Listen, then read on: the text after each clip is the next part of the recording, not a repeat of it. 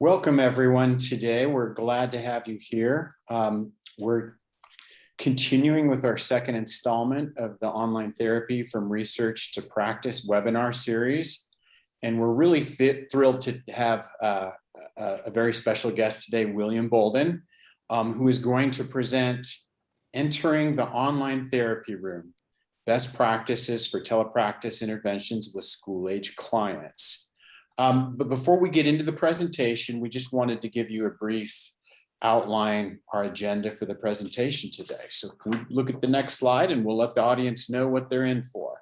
We're going to do a brief introduction, obviously tell you who we are, a little bit about the presentation, and obviously want to introduce you to William. But then we're going to leave the bulk of the time to him. He's going to give the presentation and then we'll jump into a Q&A. And I want to remind all of you, as you have questions with this presentation, there is a chat functionality available. Please write your questions down in the chat so we can come back to them once he's concluded his main presentation. Next slide. Before we go on, we'd be remiss if we didn't introduce ourselves. Some of you are probably new to Illuma, and so we just wanted to introduce ourselves. We are Illuma Online Therapy. We are dedicated to solving problems in the areas of special education, specifically with the related services, speech, OT, PT, mental health, counseling, all of these kinds of things. We're one of the premier providers. We're in 36 states throughout the country, and we provide both therapists and technology solutions to facilitate these ever so necessary services. We're celebrating our 10th anniversary this year, so we're really excited. And yeah, we'd invite you to follow us on Twitter at illumatherapy.com. But let's get on with the more interesting things at hand. We have, as I mentioned, this is an installment of the Online Therapy from Research to Practice webinar series. This is the second installment. Last week we had Sue Brogan-Johnson. This week we have William Bolden, and we've got some really great presentations next week as well too. We have Erin Elizabeth Gill Lundblom, who's doing the first part of school telepractice assessment. And the following week, we'll have Ellen Kahn back and she will do part 2. And so be sure to tune in. Obviously, you're all registered for this, so please be coming back. And in the weeks ahead, we'll also have Janine Lohman, and we'll also have Kay Todd Houston joining us as well. So we've got some really great and varied webinars coming up. So without any further ado, I've had the pleasure of getting to know William a little bit. William Bolden, he's a speech pathologist, but also a doctoral student at Kent State University. And he works with Sue Brogan-Johnson. Sue is the one that introduced us to him. And, you know, I can't say enough great things about Susan. She's really one of the leading researchers in telepractice outcomes and has been a pioneer in this field. And she's given William her greatest endorsement. She said he's a bright and rising star in this space. And specifically in providing research and developing best practices for this. So again, we're going to be covering a lot today, but everything that William's going to be covering is evidence-based, and that's very critical. It's important to know that he's supervised graduate student clinicians as part of their clinical practicum in both on-site and telepractice therapy settings. And he lectures a lot on topics related to telepractice and teaches coursework related to language disorders in children and adolescents as an adjunct course instructor. So without any further ado, we'll turn the time over to him. I once again want to remind all of you to make sure you put your questions in the chat so that William can answer them as needed. William Bolden. Okie dokie. Well, thank you. That was a very gracious introduction. I could say hopefully I can live up to that. So As he mentioned, I am a speech language pathologist, so the information we're going to be gaining today does kind of have a slant towards speech language pathology, but that's not to say that it's not good information for other types of therapists, for educators who are thinking about using telehealth to educate, and also for special education coordinators who are maybe looking to evaluate services provided via telehealth or telepractice, as we call it in the speech language pathology world. So let's go ahead and get started today. Some of this information you may already know, especially if you have been providing services to children with speech and language impairment through telehealth. But if you're somebody who's new to this, this is kind of basic information that you want to know. Additionally, this information is going to be maybe some things that you do know that you just kind of need to go back to and refresh and kind of confirm what you already know. So hopefully we'll have a nice mix of both. So in terms of disclosures, I don't have any non-financial disclosures other than I work at Kent State University. I do receive a salary from them as part of their telepractice project. I do spend my days providing school-based services to a caseload of over 60 students through telehealth, and I've done that for many years now. In terms of financial disclosures, I am receiving an honorarium for this presentation, but I don't have any relationship to any of the content that I'm going to be presenting to you today. So for our learning objectives, at the end of this course, you should be able to list and kind of identify the roles and responsibilities that we have when we conduct telepractice. The world has been a little crazy as of late. But I think it's really important that we hold and kind of cling to what we know are our roles and responsibilities when it comes to providing good therapy via telehealth. We also are going to be able to identify the required technology and talk about ways that you can enhance the transition to online services for both you as the SLP and for the school district, or for families if you're providing services and the students are actually in the home. Maybe the school is doing online learning. And we're also going to describe methods for engaging and supporting students in telepractice interventions. So we're not going to spend much time talking about me, but just understanding that, you know, this is something I do know a bit about, and it is something that I do on a daily basis. So first, we're going to start by talking kind of general telepractice considerations. I think especially in the world of pandemic, some of these are maybe we're not at the forefront of people's minds as they began thinking about telehealth. And so we want to make sure that these things are at the forefront and they're things that we're considering. So some of the things that maybe we haven't considered that we need to are equipment. We need to consider client preference for therapy modes between telehealth and in person. And we also need to consider training, because training is a huge piece of evidence-based effective telehealth. And as we said, during the pandemic, there was a very rapid shift to we have to do services and they have to be online now. And companies that provide telehealth services are really interested in the highest quality services that they can provide, and are really interested in how do we determine when telehealth is appropriate. And so we're going to talk about these considerations at the beginning of our time today, and then we'll begin talking more about intervention as we move through. If you would like more information about telepractice or telehealth in general, if you're an OT, I would suggest that you go to your the OT Association, same for physical therapists, and obviously for speech and language pathologists, we're going to go to ASHA into their practice portal on telepractice. It provides you with a lot of information on assessment, on expectations for your intervention, guidelines for a technology and what technology you need to have and the clinician and the clients, and also guidelines and regulations that kind of govern our use of telehealth. So telepractice, and I have this quote here for you, and you can read it at your leisure, but just for the sake of time today, I kind of want to highlight what I think is the most important takeaway, which is equivalence. That the use of telepractice, right, our services must be equivalent in quality to the services we provide in person. Telepractice is not a less than or a kind of subpar therapy model. It is a model that is supposed to be equivalent and equal to. And so we need to make sure that we're keeping that in our mind as we begin thinking about our telepractice and how we implement services. So that's kind of where I like to start, because it guides kind of all the considerations that we're going to be making from here on out.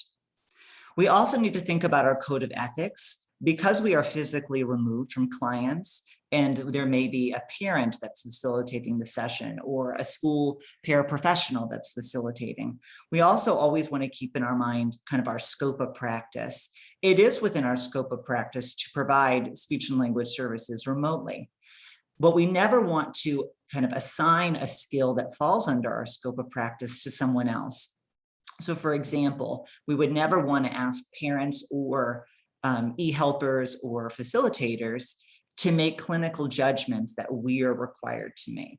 And so that's another really important thing to keep in mind, is that when we're thinking about the quality of services, if it's impairing our ability to make clinical decisions, then that's a big kind of red flag that maybe for this client or in this situation, we need to think about an alternative to telehealth. And so again, we're going to keep that in our mind as we look at the considerations. One of the considerations is support. So in order to do effective telehealth, the client, especially if they're a child, needs some kind of support. And these terms are kind of synonymous. Sometimes in the literature, it's called an e-helper. Sometimes it's called a facilitator. And essentially, they're just the people who facilitate the client's access to the session. So sometimes that's a paraprofessional, sometimes that might be an SLPA, or it might be parents or caregivers if the client is in their home. And what's really important here is that those people require training, and that it's our responsibility to train those people. And when we talk about training, we mean they need to know how to use the technology. So they need to understand how the computer works, how to make adjustments to the camera, how to log into sessions. They also need to understand their role in therapy and in assessment. We have all probably had an experience of trying to do therapy with someone, and maybe the parent is there and they're being a little too helpful, or maybe in the classroom, the paraprofessional or the teacher is maybe being a little too helpful. We want to give the student wait time and they're jumping in before that happens. And that's not really on them, that's on us. We need to make sure that the expectation for teletherapy is really clear. So for example, if we're giving an assessment, we need to make sure that we've trained parents beforehand.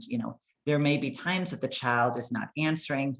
I'm going to be the one who does the prompting, and I'm going to need you to sit and be, kind of quietly observe and just make sure that the technology piece is working. Make sure that they can see the images and that they have access to the materials. But that's kind of where your role is going to end. And if I need you, I'll call on you. Again, it seems kind of basic or the kind of common knowledge, but that's a really big issue that people don't necessarily think about when they consider telepractice interventions, and they kind of have to backtrack later and readdress some of those things. So from the onset, you really do want to be thinking about the training piece for your e-helpers and facilitators, and making sure that your client has access to that kind of support. If they don't have that kind of support, it's going to be really hard for them to, succeed with telehealth. Another thing you want to think about is client candidacy. So during the time of pandemic, we have seen that a lot of people, or there's a push towards, it'll work for everybody. It's a way for us to see people. And what I want to caution us is that telehealth, according to ASHA, according to, kind of the guidelines for telepractice, we have to consider client candidacy and if clients are appropriate for telehealth. Not every service delivery model works for every client. And we see that with push-in, we see that with pull-out therapy, and telepractice is no different. So we want to be thinking about what are the client characteristics that either make them a good candidate or make them not so good of a candidate. And things that we might have to consider are the client age. What is their ability to interact or attend to technology? Obviously technology is a big part of that. So we might have to do a little troubleshooting or do a little kind of test drive to see how the client interacts. Can they attend to the screen? Do they have the visual or the auditory abilities to hear the information that's coming through the computer or see the stimuli that's on the computer? Do they have the motor skills? And when we talk about these things, we're not saying that, oh, children with visual impairment can't benefit from telehealth. That's not what we're saying at all. What we're trying to say is that we want to consider what's going to be best for that student and what's going to be best for them. And, again, can they benefit? And that's a very individualized decision based on that individual's needs. So we want to think about motor skills. Are they going to be able to sit at the computer? Are they going to be able to control any of them, like the mouse? Do they have the fine motor control to use a touch screen? And we want to think about the client support. So does this client have a facilitator who can help them get logged into sessions? Does this school have somebody that they can designate who helps the children get to and from services? Who's going to be there in case there's a fire drill or there's a lockdown? All of those things we want to think about, the people support. And we also want to think about the technology support. Do they have adequate internet? Do they have access to a device, preferably that is not an iPad or, their parent's phone? What does that look like for them as well? So when we think about technology, well, what kind of technology do we need to have effective telepractice interventions? The preferred is that we have a desktop or a laptop computer that's on a stable surface. I always suggest that people need to be sitting like they're ready to learn. And so, being at a table or some kind of surface where the device isn't moving like this can be really helpful in therapy. You need a microphone, and it can be either embedded into a webcam. A lot of computers now have a microphone and webcam embedded into them, but there needs to be a microphone somehow associated with the device. Obviously, if you can only see the client, that's not good enough. Additionally, if you would like to use headsets or headphones, a lot of therapists like them because they feel like they get the client can hear them better or they can hear the client better. I have used headphones and had nice success with them, and I've had clients where I don't use headphones and had nice success with that. I think that that's a piece where you kind of have to try it out and see what works best for you and your client. Additionally, one nice thing about headphones is that they can help attenuate background noise. So if the client is at home, you can have them wear the headphones and then maybe it can kind of drown out some of the background noise of siblings in the background or noise in the school hallway, again, just depending on the setting where they are. Additionally, you'll need some kind of webcam. Services provided only with auditory, are not very effective. We need some kind of visual to go with that. And so again, it could be a built-in webcam, it could be a separate webcam, and you're going to want to assess the quality of the webcam.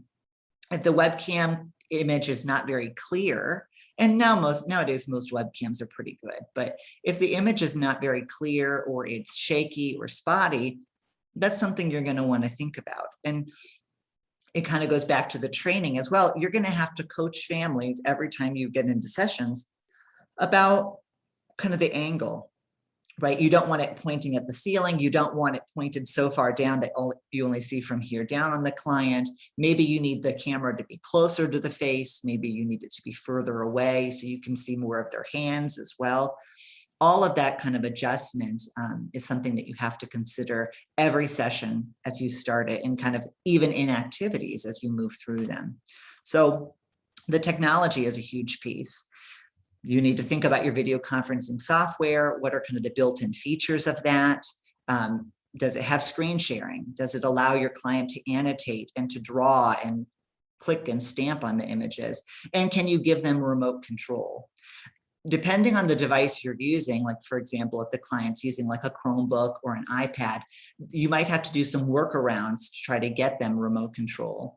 And I always say that you want to have remote control if you can have that option, because it's another tool in your toolbox to engage clients. You may not always use remote control and let them control the screen, but it's a nice option to have. Another thing that you need to think about with telehealth is technology issues, and you need to anticipate that they're going to happen. And so here, I'm not going to spend a lot of time talking about this, but I provided you with some notes about consider the client's device. Is that part of the problem? Is it limiting maybe some of your interactivity? You need to frequently check for updates on your video conferencing software and your devices to make sure that they're running smoothly. I always suggest to people that if you have a lot of technology issues, you keep a notebook of kind of what was the issue and what was the solution you found that worked. So that way you can reference that in the future. And just be aware that, you know, sometimes the easiest thing to do is to stop, restart your computer, and have them restart theirs. And sometimes that can solve a lot of the issues. But anticipating technology issues kind of is a given. We are using technology, and if technology can have issues, it will. And no matter how well designed your program or how established it is, technology issues pop up, and as technology changes, issues can happen. So I know that was a lot of information in a short amount of time, but hopefully that information are things that you've already thought about if you're implementing teletherapy. And maybe some of it is something that you are going to be going back to, thinking, you know, I have that one client, and maybe we need to revisit if teletherapy is effective for them because of one of those considerations. Or maybe you'll be thinking, you know, maybe we could make our therapy even more effective if we switch out the camera, or if we set up at a table as opposed to having them have a handheld device all around the house. And we're going to talk a little bit more about the therapy environment in this next section, where we talk about some considerations for your intervention. So what do we know? What do we know about telehealth? Well, we know that most telepractice services occur within the school. So we're already kind of in good company. We know that most of the research and most of the kind of teletherapy that's happening is happening to the school setting. So that's comforting to know.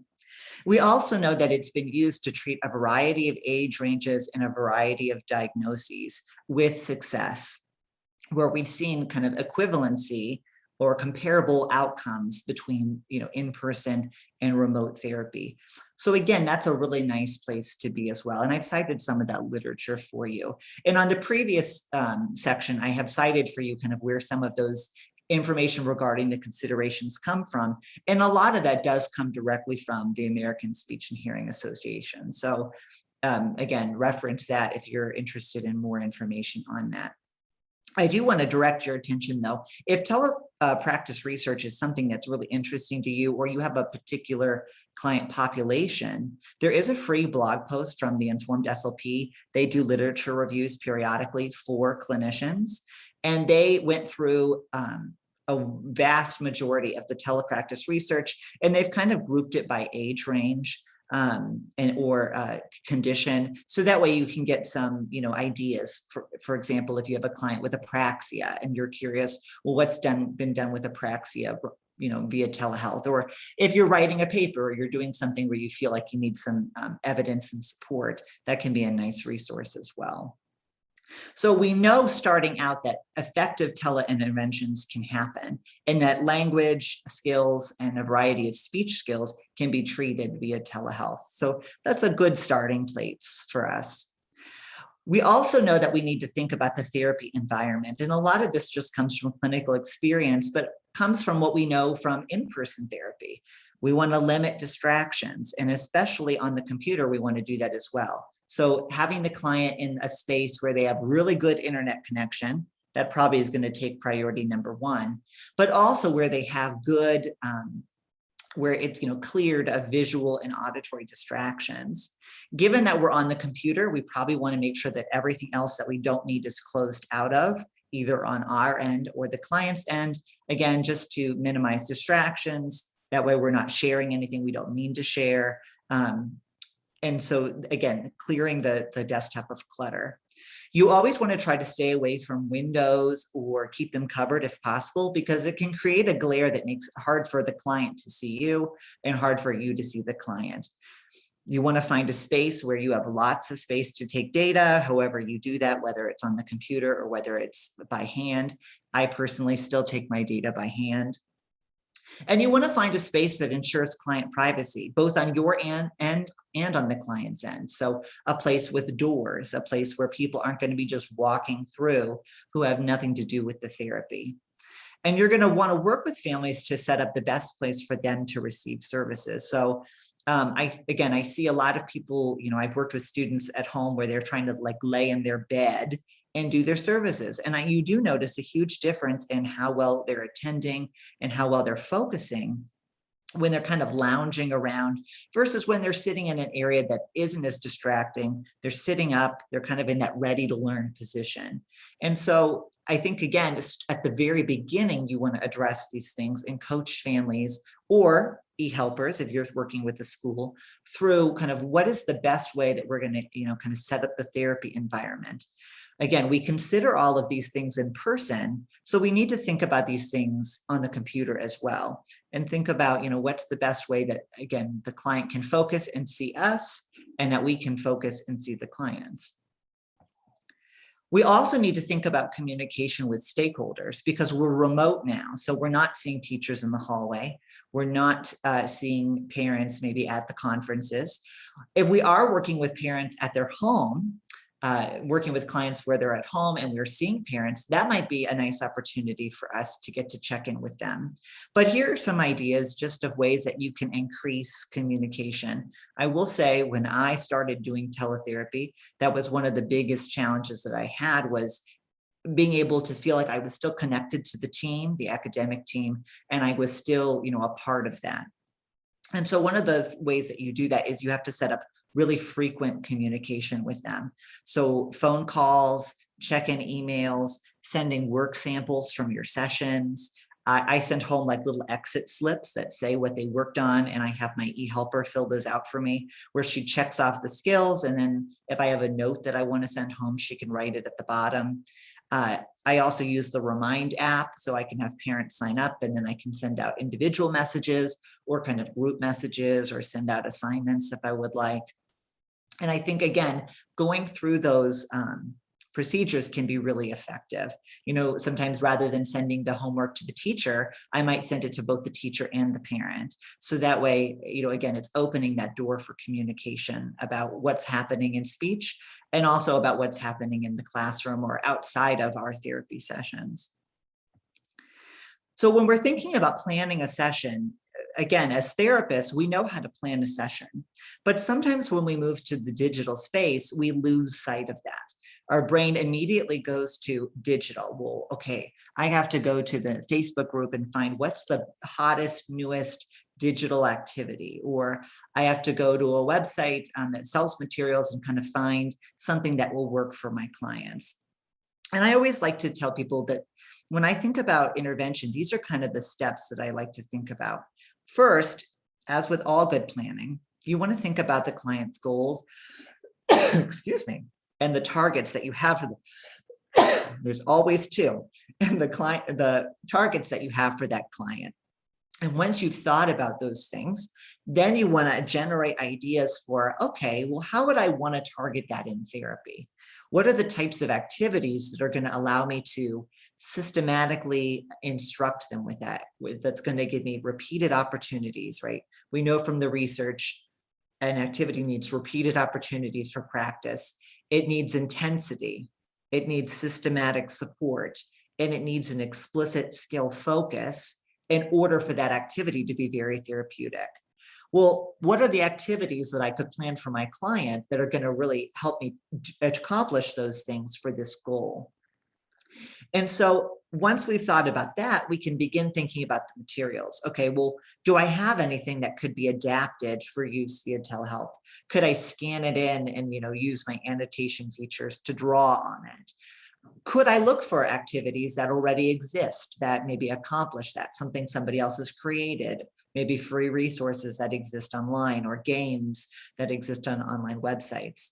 And then you just adapt the plan as needed. So once you know what it is that you want to do with your client, you look for those kinds of activities. And if you're not finding something, maybe you make something.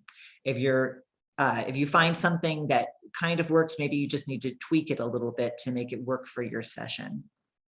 I think the important thing about kind of being evidence-based when it comes to planning your session is that the goals and the targets drive the session, not the activity. So the activity is never the thing where you're like, well, this activity seems really fun and engaging. I bet it will be fun and engaging for the clients, so I'm going to do it. Rather than, this is what the client needs to work on, and I'm selecting activities that will hopefully be fun and engaging, that will target that activity. Again, the goals and the targets and those individual needs are what really drive the therapy session. So when we're thinking about the digital therapy shelf, right? So what kind of activities do we use? I won't spend a lot of time talking about this. There's a lot of information out there. If you just Google, telepractice therapy materials, you're going to find a lot of people out there who are promoting their stuff. PDFs work really wonderful, and a lot of us already have PDF files that we used to print out and use in therapy. Well, now we can just pull them up on the computer and annotate on them using our annotation features. Creating PowerPoints is a really easy, simple way to incorporate images, and then you can move the images around in your session, and it can be really interactive. For example, you could do like a story retell activity. PowerPoint also lends itself really well to setting up games. So if you Google, there's some free game templates like Jeopardy or Memory Match that you could use and then create an activity that meets the goals that you've set for your client. Word documents, I work on writing a lot with my clients, and maybe we want to describe a picture, or we're using a picture as kind of inspiration for writing. You just insert that picture and then type away. It doesn't have to be anything more complicated than that. You could use the whiteboard that, Zoom, for example, has a whiteboard option, and use that as part of your therapy. Look up websites. There's a lot of really wonderful websites out there that have some activities that are geared specifically for speech and language services, but also there are activities or websites out there that maybe aren't really designed to be a language-focused activity, but we as therapists, right, can see, through activities and can recognize when an activity would be really good for therapy. And so you could adapt them, incorporating those components: repeated opportunities, intensity, systematic supports, explicit skill focus, and incorporate that into the game activity and use it in a way that it supports language functioning. Green screens are really wonderful, especially for younger clients. And again, if you look it up on YouTube, you can see lots of therapists who explain in great detail how to use a green screen. It's kind of beyond the purpose of our lecture today to talk about how we would do that, but it's just an idea to keep in the back of your mind if you're looking for a fun visual way to engage especially younger clients or maybe lower functioning clients. That can be a wonderful idea. Video streaming. There are lots of wonderful websites where we can, where we used to walk to the computer to view the video. Now we're already on the computer, and students love to tell us about the latest videos they're watching. We can use wordless video shorts, or we can use little clips from the National Geographic Channel, or those types of things to be interesting language activities. They could be things that we use in combination with readings. They could be things that kind of stand on their own. Recently, we did a science experiment, but we just watched somebody else do it online, and we made our observations. We talked about what they did. We did all of the work of the science experiment language-wise. We just didn't physically do the experiment because it would have been way too messy, and the families probably would have been mad, or the e-helper on the other end, in my case, would not have been very thrilled about cleaning it all up. So videos can be a wonderful option as well. And now, with the last year or two, digital publishers more than ever are offering their materials online, and so you can kind of reference those to get some really great ideas. They're a nice place to look. And as with always, you always are thinking about the quality of the activity, the therapeutic focus. Just because an activity is out there doesn't mean that it's the highest quality or that it's the most therapeutic. So you'll think about those things as you consider your activities. So when we think about effective evidence-based telehealth, well, what do we know about the evidence base for speech and language interventions? We know that interventions should have high intensity, right? We know that they should have repeated opportunities to practice a skill in order to be therapeutic. We know that they should, again, have an explicit skill focus where, the focus really is on one skill or maybe a couple skills, and that the activity should have systematic support. It's not just okay, here's the activity, write down the response, what somebody said. Oh, you got that wrong. Here was the right answer. See how that was the right answer? Move on to the next one. We're scaffolding student success. So I always like to say to myself, when you think about telehealth, just like you do in person, the evidence base tells us we need to think about, is this activity actually therapeutic? Is it teaching a skill, or is it just assessing a skill? Is it just giving them a chance to practice a skill, right? We want to be more in the teaching and practice area. Is the activity contextualized? We know that decontextualized intervention does not translate to good generalization. So does this activity, is it embedded into a larger context? So when we think about contextualized activities, we're asking ourselves, does task item 1 correlate with task item 2? So just kind of giving somebody random picture cards is not very contextualized. So, the picture on card number 1 probably has nothing to do with the picture on card number 2. So if we're practicing pronouns, that would be very decontextualized. A more contextualized way to do that would be to maybe use a story or to use a video activity where every opportunity to practice that skill is embedded in a larger context. And the last one is this activity evidence-based? And so, evidence-based, right, we want to use research to support our methods. So, we have a good, strong evidence base on how to teach students vocabulary. We have a good evidence base on how do we teach children narration or storytelling skills. We want to take that evidence base with us and make sure that we're doing very similar things, similar types of activities, similar types of supports and prompts in the digital space. And this lecture is not really to be, well, what is the evidence base for effective language intervention? We already know that. The point of this lecture is to say, think about those things that you already know, right? I kind of joke, don't throw the baby out with the bathwater.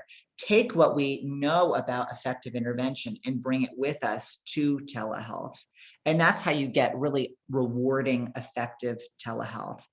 You get sessions where there's varied activities, where there's a really language and speech rich context, rather than doing the same types of game activities over and over and over again, using the same activity for all your clients, which you might do in a pinch, right? We all have high caseload numbers. We all have, days where that's what we have to do.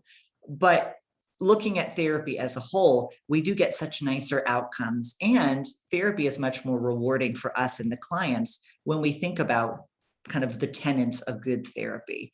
And again, the equivalence between the two should be the same. So quality therapy in person should be the same as quality therapy via telehealth.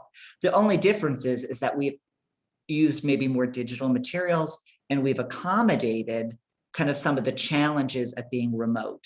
So queuing is one of those challenges that people have. So maybe rather than using hand over hand cues or some kind of tactile cues, you're going to offer extra verbal or auditory cues. Speech and language therapy is a largely verbal auditory process. And so we're already in the lead in that way, that our therapy lends itself well to that type of prompting. If you have a client who needs, additional types of prompting, how can you work with the facilitator to kind of do that kind of prompting? Or how can you maybe provide extra verbal or visual support so that they don't need that tactile or that touch cue? So again, as we think about effective evidence base, the evidence base is really the same in terms of good therapy. It's just a matter of making accommodations. And I think once you view therapy from that lens, therapy becomes so much more rewarding and exciting. And you don't feel like you're just having to use, let's say, boom cards all day, every day, or you feel like you're not having to use the same kind of game activity all day, every day. It becomes much more varied and rewarding. So when we think about interactivity, right, that's one of the big challenges of being remote. I always encourage people, use hands-on activities. So if you can have the student annotate and draw and do those types of things, do it.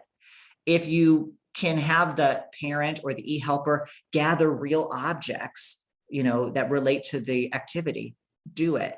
For example, the expanding expression tool, right, where we put the beads on and we do, blue do and on all of those things, green group. What's to say that the e-helper couldn't find some beads and they actually physically string together those beads there? What's to say that the e-helper couldn't print out something and have them physically write on it? We don't want to totally abandon hands-on activities because we know that that's a valuable learning modality, and that it increases engagement, right? It involves more than one of the senses, and it really honors the different learning styles of children. I have some children who love the computer. They want to type, they want to do all of those things. But there are other students who would much prefer to write by hand, and their writing quality is much increased by hand. Or again, they don't want to click on the computer screen. They want to take the paint dauber and mark off all their artic trials. I'm okay with that, right? Just because we're digital doesn't mean we have to do everything digitally on the computer. And I think that that's an important thing to keep in mind in terms of kind of honoring the fact that interactivity can be hands-on. So here are some kind of examples of that. I'm just keeping my eye on the time. We're doing pretty good here. So these are some examples of some hands-on activities. So using the annotation features and remote control, using story boxes, which are essentially where you gather materials that relate to the story that you're reading. So for example, if you have a child reading Goldilocks, you might have a spoon in the box. So when they get to the part about her eating the porridge, they take out the spoon, they feel the spoon, they explore it, and it almost becomes like a story marker for them as they retell the story later on. It helps with comprehension.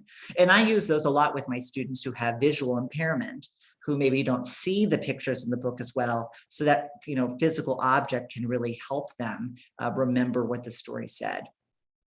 Using object cues such as describing ropes like we just talked about, or story retell ropes. Doing hands-on science experiments. In the past, before the pandemic, before we were trying to keep germ control, at its highest, we did a lot of hands-on science experiments where we would put eggs and vinegar in the speech room and we would see what happened, or we would drop the Mentos into the bottle of Coke and we would see what happened, and we would use that as a language activity to predict and infer and to describe procedure to other people. Another idea is using clickers or data counting sheets. So like, again, printing out like 100 dots on a page where the child gets to daub them off or kind of check them off with a crayon can be really nice. I actually sent the kids at the school little like tally counter clickers that they use to count their artic trials, and that's so motivating to students. Pictography is another one where students kind of sketch really quick rudimentary drawings to help themselves remember stories as they're read. But again, to do that on the computer would be so cumbersome. To try to draw, you really do need to have that hands-on kind of paper to pencil method for that. So again, we want to consider, well, what are the hands-on types of activities we do in person, and how can we bring those to the digital space? Again, not everything has to be digital game cards or digital PDFs. We can still use a lot of those types of activities, even remotely. So contextualized therapy, these are just some ideas of how do you contextualize, using literacy-based units, using a kind of a whole part whole framework where you start with some kind of larger context, like a reading from class. Then maybe you design little activities that target pronouns, for example, or maybe they target subject-verb agreement that kind of relate back to the whole, but they're more skill focused. And then you go back to the whole. So maybe you summarize the reading again so that the student can practice the skills they've learned, or maybe you retell the original story and you just, change something. So instead of it's about Goldilocks, it's about Kimberly because Kimberly is the student. And you retell the story and look to see, can they embed those practice skills back into the context?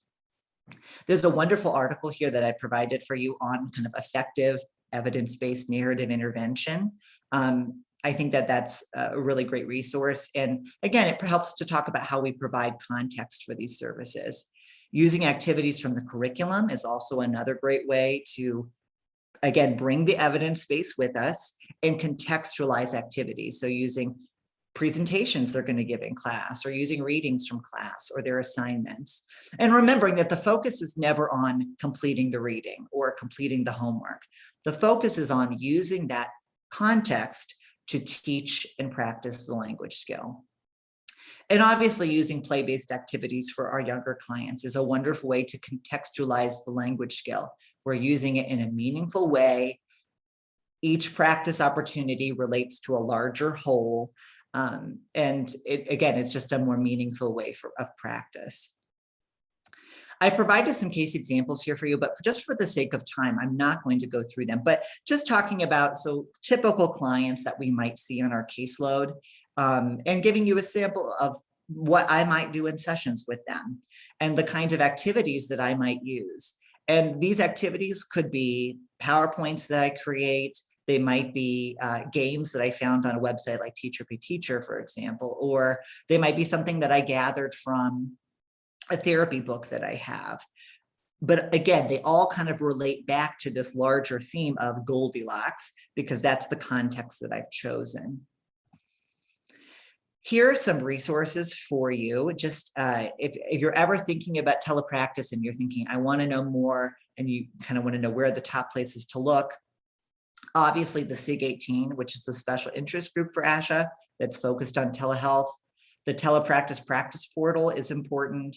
Obviously, referring back to the code of ethics regarding telepractice and what we are and are not allowed to do.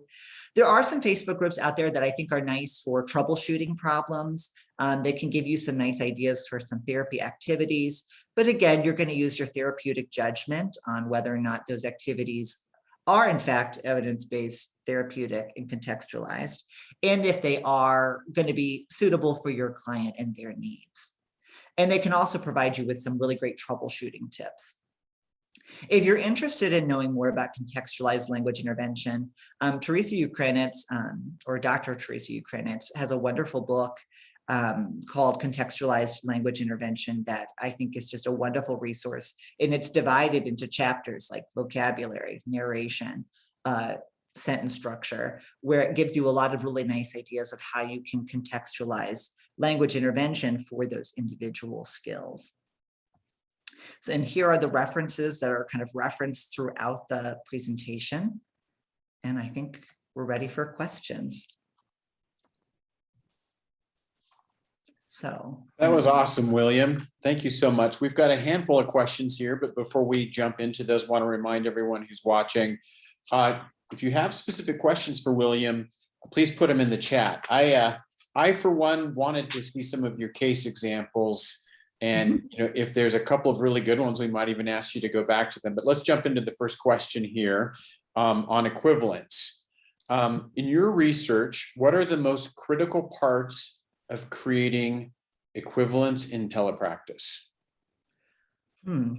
That's a really good question, and I think a multi-layered one. I think that number one, you want to know what the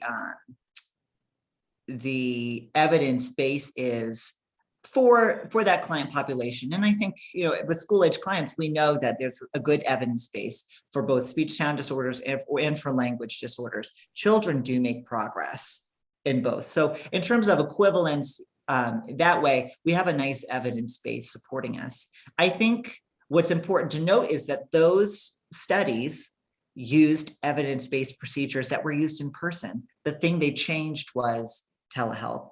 So if you want to have, telehealth that's equivalent, you want to use your evidence-based practices. If you use cycles in person, which is a articulation program or kind of evidence-based practice for targeting severely impaired children who have a lot of articulation impairments, you can use that in telehealth. I think the important thing is to look at the equivalence. When you think about teletherapy, does it look like what you would do in person with just, digital accommodations? I think those are the things you need to go back to again, and those kind of questions that I asked. Is it therapeutic? Is it evidence-based? Is it contextualized? If you can think about those things, then when you are doing telehealth, you can feel reasonably assured that you have an equivalent service quality. I think the other thing you have to think about is at the beginning, we talked about, is this an appropriate client? And once you've determined that, are you having clear and adequate video and audio? And ASHA suggests no less than 3 megabytes.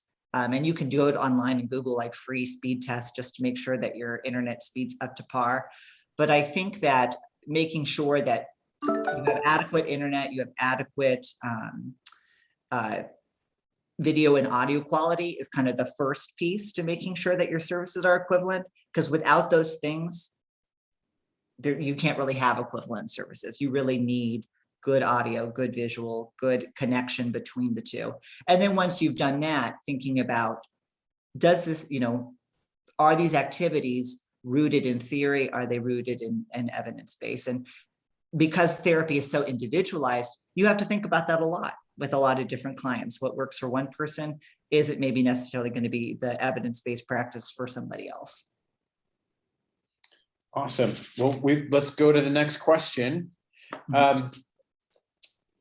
In what ways has COVID influenced or shifted the thinking on best practices? What have we learned from the pandemic? Oh, these are really good questions. So COVID has had an enormous impact on our thinking about telehealth.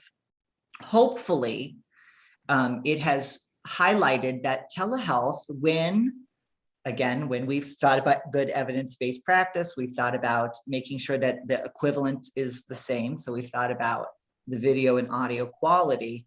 Hopefully, we can see and learn that students make progress. Students make similar amounts of progress, and students succeed with telehealth, and that most clients are really good candidates for telehealth.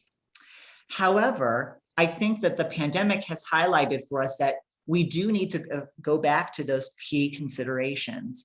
And I think there was kind of a push towards, well, everybody just has to be online. That's just the way we have to do it.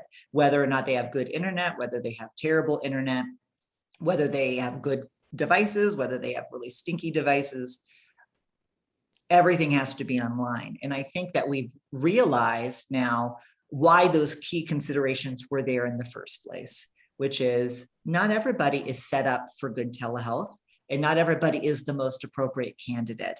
And again, it all goes back to our services to our clients and, honoring that we are providing them with equivalent services and making sure that, if telehealth can't offer that we're looking at other options.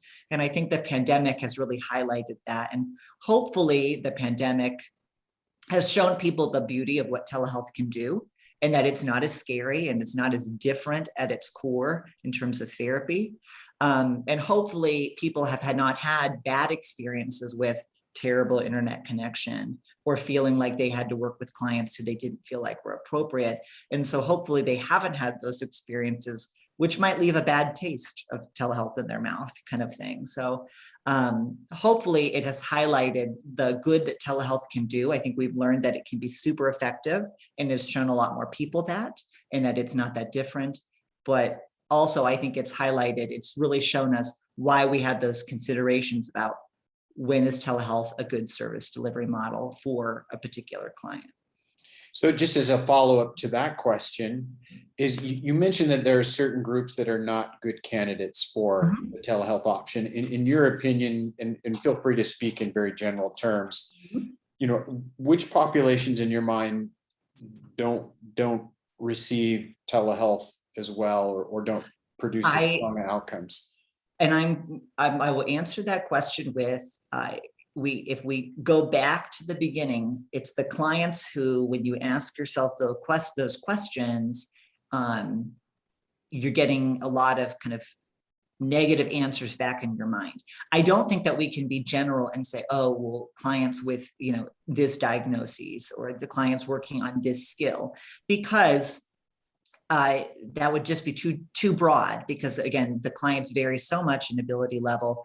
And I have seen people do that before, where they kind of broadly label an entire group and say, well, children with X do not benefit. And I think more so we need to say children who cannot attend to the screen, maybe, or children who, don't have the cognitive ability to recognize that somebody's even on the other side of the computer. Those are maybe children who are not good candidates, and children who present with that way might have a variety of diagnoses. And so I think rather than labeling specific groups, I think we have to think about those questions of, okay, so can this client attend to the screen? Can they interact with it in any way? Do they understand that there's somebody on the other side? Are they attending to that person at all? You might have a client who is not giving anything to the screen or to the therapist. It's almost as if they don't even know they're there. And so for them, that client might not be the best candidate. And I think also with clients, you also have to look at, clients can become better candidates when we as therapists make changes. So if you have clients who maybe have visual impairment, maybe it's just a matter of getting a bigger screen on their side, or making things bigger or more contrast. And that makes all the difference. So again, I don't think we want to say at the beginning, like, well, we can just rule these people out. I think it's always a thing of trial and error, and you try and you see and you test. And some clients surprise you and they come back and you're like, wow, this is actually working much better than we thought. Other clients who maybe you thought were going to be really good candidates, because they have good, cognitive abilities or motor skills, maybe don't wind up being as good of candidates for one reason or another. Maybe it's the technology that they have, or maybe it's their disposition, towards telehealth, So again, I think those key characteristics are the things we have to think about more so than groups of people, if that makes sense. Total sense. I love that answer. So Wendy Jorgensen has a question. What are some of the workarounds to give remote control on Chromebooks? Ooh, a technical question. So I have been very fortunate in that I have had very little experience with my clients using Chromebooks. I have had experience with it. There are some add-ons, and I feel bad that I'm going to have to leave it as there are some add-ons, because I know that they have been really updating a lot, trying to work around this issue, because they've gotten a lot of feedback over the last year from people saying, oh, I'm having trouble, and most students use Chromebooks, and if they're at home, that can create lots of issues. And so I would suggest you go to the Google Chromebook site and start Googling about some of the add-ons. And maybe you even go to some of the blogs, because I don't know the names of them off the top of my head, where you might, because there are some add-ons that can give them some annotation control. I do know that. Where you might run into some pushback is if it is a school-owned device, they might have some pushback on what you can and cannot download to that device, if that makes sense, in terms of, what changes can be made or what add-ons can be added on to the device. And so you might receive some pushback that way. I know, I think it's spelled, I'm going to put it in the chat. I think it's spelled like this. I could be totally wrong. I think it's spelled Kami like that, or maybe it's like that. You'll have to Google it. Kami annotation, I think, is another tool that some people have used, where you, I believe, download annotation tools directly from that sometimes work, because they're not through the video conferencing software itself. So that might be something to look into. Like I said, I know there are some workarounds, but I do know that at the end of the day, with Chromebooks, it just isn't as ideal. They don't have the same usability that others do. And iPads are the same way. If you have somebody who's using an iPad as their device, a lot of times they have significant trouble with interactivity and activities that you have. So interesting. Well, the last comment is a comment. It's not a question. It's from Marva Mount. And she says, William, you are an excellent clinician and presenter. Thank you so much. This seasoned therapist learned so much from you. So a very nice thing to say. Before we thank you, I think we have a couple more slides, announcements we want to remind everyone. If you could hit the next slide. Our next webinar is with Erin Elizabeth Gill Lundblom. We're going to be diving into the world of telepractice assessment. This is actually a two-part series. Erin is going to deliver part 1. Dr. Ellen Kahn is going to be doing part 2. I believe, William, you know both of these women. I do. This is going to be very fascinating. We're getting a lot of requests and interest in telepractice assessment from districts all over the country. So be sure to tune in for this. I believe there's one other slide. Oh, well, thank you. So William, that was awesome. You are an amazing presenter. For a non-scientific, non-clinician, non-SLP guy, I found it fascinating. I found it informative, and you held my attention all the way through. But more than that, it was a pleasure working with you and doing this. Please follow William Bolden. Is there anywhere I can direct them to go with questions? If they just go to the Kent State website, Okay. they can email me there, but I can say the email now. It's wbolden, so WBOLDEN at kent.edu. Okay. William Bolden, ladies and gentlemen. And if you don't follow us on Twitter, go to @IllumaTherapy on Twitter. You can follow us there. Or if you'd like more information about what we do, please visit us at illumatherapy.com. I want to thank everyone for coming. I hope you have a wonderful Friday. Thanks so much.